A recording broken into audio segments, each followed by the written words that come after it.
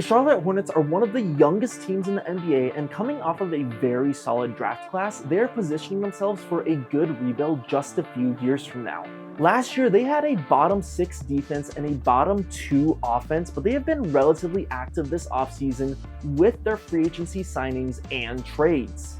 Hornets fans should honestly be excited for them in this upcoming season. While I don't see them competing for much, there is going to be a lot on this team to watch. Welcome to 30 Teams in 30 Days, where in this episode we are breaking down the Charlotte Hornets. Let's start off with our star players, and nowhere else to go than LaMelo Ball.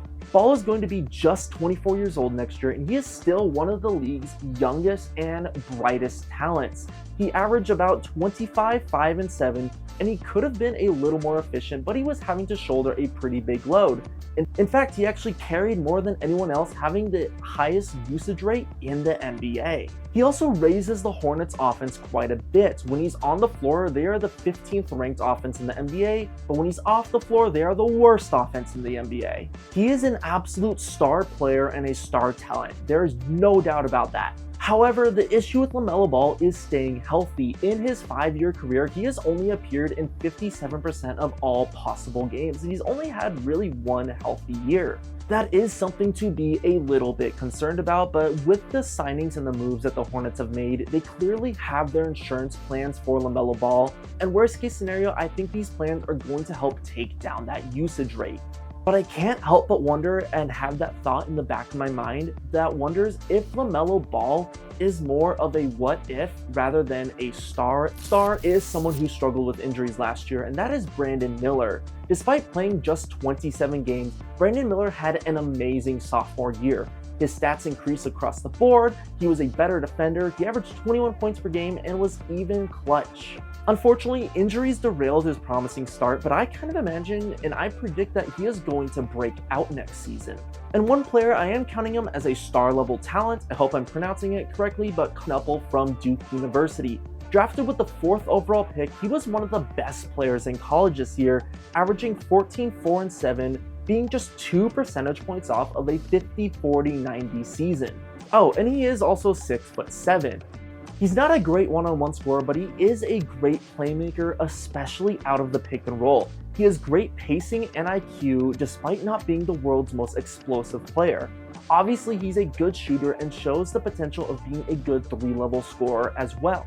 I think that's all going to translate into the NBA pretty well, and his biggest issue is probably his athleticism or lack thereof. That is going to be the difference of him developing into a true star versus just being a decent floor spacer. But playing alongside 2 high-level players, one of them being an amazing playmaker, and playing on a Charlotte Hornets team that obviously has time to develop, I think he can develop into a pretty solid player, and I am betting on it to happen. Overall, he's a very solid player with a very polished offensive game for someone who is going to be just 20 years old this upcoming season, and he's someone that scouts say that he has a ceiling of, similar to someone like Chris Mullin. And the last player, I didn't really know what to classify him as, but I'm putting him as one of their star level talents, and that's Miles Bridges.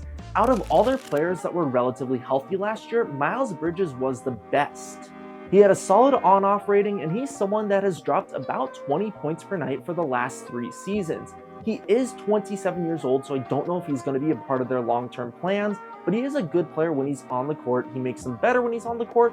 Worst case scenario, he is someone that I could be seeing moved along with draft picks for a bigger asset. So let's get into some of the Charlotte Hornets prospects, because I think they have some really good prospects, especially from this draft class. Drafted 29th overall is the 19-year-old Liam McNeely. He's coming into the NBA with a very polished offensive skill set. In college, he averaged 15 and 6 with a 53% true shooting percentage. Despite a lower field goal percentage, he showed a strong all-around offensive game, especially with an 87% mark from the line, which is great potential for his upside as a shooter. He's an average defender and not much of a playmaker, and he's not that athletic by NBA standards, but McNeely is young and has already shown a lot of promise at a position that the Charlotte Hornets need depth at. At the 33rd pick is the former Duke Blue Devil, Sion James. On a very very talented Duke roster that had the entire starting lineup go into the NBA, James put up some pretty efficient stats. He had 9 points, 4 rebounds, 3 assists, and a steal per game while averaging 51% from the field and 41% from 3. He is a 6'6", 218-pound guard turned into a wing who's best known for his physicality and his defense. Beyond that, he competes hard off the ball, he's a great cutter, he's a willing screener, and he also posed a pretty good assist-to-turnover ratio in college. However, his lack of athleticism and speed is a little bit of a concern. While he's elite shooting off the catch, he does struggle to pull up, and he's not much of a shot creator at all. He's also someone who's going to have to improve their footwork to really make it work at the NBA level. But Charlotte needs shooting and they need defense, and he might just be the 3-and-D kind of player that they can use out on the wing. And their last pick. This is the pick that I'm honestly the most excited about because I think it might be the best steal in the entire NBA draft. And that is the 34th overall pick, Ryan Kalkbrenner. Let me tell you about this guy. He won his Conference Defensive Player of the Year 4 times. In his senior year, he won the Kareem Abdul-Jabbar Award and he was all NCAA third team. He averaged 19 points with a conference-leading 9 rebounds, 3 blocks per game, 65% field goal percentage. Add on top of that, he shot 34% from 3 on 2 attempts per game. And he has also been touted as a smart passer who does well out of the high post and the short roll. And what if I told you that he is also a devastating defender? He is 7'1" with a 7.5-inch wingspan. Like I said, he won Defensive Player of the Year for his conference 4 times, and he barely got in foul trouble at all. He isn't overly athletic, even though he can still throw down a lob, and he's not much of a play creator. However, he doesn't have any real weaknesses in his play. The only weakness I can say is that he is already 23 years old because he played those 5 years in college. But I would look for him to get pretty decent minutes, and he is probably going to be one of the more solid rookies in his class because he can just do so much, and that's going to be incredibly valuable at the NBA level. 2 more players that I want to talk about that I still consider prospects. Now, I hope I'm pronouncing this correctly, but Tajane Salone, something like that. He was last year's 6th overall pick, and he was the 2nd youngest player in the NBA. Now, he definitely struggled last year, only scoring around 5.5 points per game, and he did it pretty inefficiently. However, after the All-Star break, his marks did go up across the board, including his efficiency, and for a rookie, he did play pretty good defense on a bad defensive team. So I'm hoping that those good marks post All-Star break and his good defense can carry over into next season. Not to mention, he also shown a lot of development throughout the season, especially as a ball handling forward. But the prospect that I am most excited about was one of their breakout players last year, and a player who is poised to have a huge season this year, and that is Moussa Diabate. Diabate is a high-energy lob threat coming off of a career year that saw him average 6 and 6, shooting 60% from the field, 1 stock per game in just 17 minutes. He's only 23 years old, and last year was his first real season in the NBA as he played only 33 games in the 2 seasons prior. Diabate changes the energy of the game every single time he steps on the court, and he uses all of that 6'11" frame to be an amazing defender. Surprisingly, Diabate actually has the highest on-off rating per 100 possessions of this entire team, including that of LaMelo Ball. I expect all this good play to continue as he's going to get more minutes in this upcoming season, and I think that Diabate is going to become one of the best centers in the NBA, or he at the very least is going to break out and be in that most improved player conversation, especially if LaMelo Ball stays healthy and can throw him lobs. So beyond their stars and prospects, Charlotte actually has some pretty decent rotational players that I also want to talk about. The first one is someone they got as an absolute steal as they traded Jusuf Nurkic for Colin Sexton. Sexton has long been one of my favorite players in the NBA. He is someone that has spent his time on pretty poor teams. The best team he has ever been on was the 8th seeded Cleveland Cavaliers, and last year's Utah Jazz were the worst team in the NBA. But despite that, Sexton averaged an efficient 18-4 while shooting 41% from 3. He's a little undersized, but he can play either the 1 or 2, and he's a pretty average defender, but he's not a poor defender in my opinion. He is a little bit older for the timeline, albeit he is just going to be 27 next season, so I don't know if he's going to be in their long-term plans or not, but I do imagine in the foreseeable future he's going to be someone that can play alongside LaMelo Ball. He's going to allow us to see LaMelo Ball operate off the ball a little bit more, and he's going to help take down LaMelo's incredibly high usage rate, which will hopefully prevent any injuries.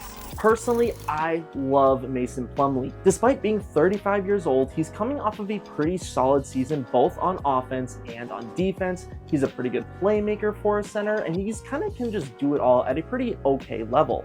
He could be a good mentor, especially as they have some young centers, but I just hope that he doesn't take minutes away from them. Two more players to mention. One of them is another Phoenix Sun, and that is Josh Okogie. Now, Okogie played about 14 games for them last year, and he already became a fan favorite in Charlotte. Okogie is only 6'4", but he has the speed to guard players on the perimeter, yet he is also around 215 pounds. He has the strength to go up against bigger players, being one of the Hornets' best defenders. He's also a good rim runner and cutter, but he isn't much of an outside threat. However, he had an amazing on-off rating per 100 of about 13, one of the best on this team, although he only played 14 games. I wouldn't expect Okogie to get too many minutes, but he isn't the oldest guy in the world either, only being in his mid-20s, so he could kind of fit this timeline, especially being that defensive energy guy that every single team in the NBA needs. And the last player to mention is the, I think, 26-year-old Grant Williams. Now, Williams is coming off of an ACL tear, so he's not going to be playing right away, but before his injury last year, he was somebody that gave the Hornets pretty good minutes. He is one of the better 3-and-D players in the entire NBA. He shot around 36% while playing good defense on a bad defensive team. And the Hornets actually won when he was on the court. By their standards, they went 6-10, which is pretty good compared to how they finished last year. He also had an on-off rating of just under 12 per 100 possessions, so he clearly was a positive being out there on the floor, even though he's an undersized 4, rhyming accidentally.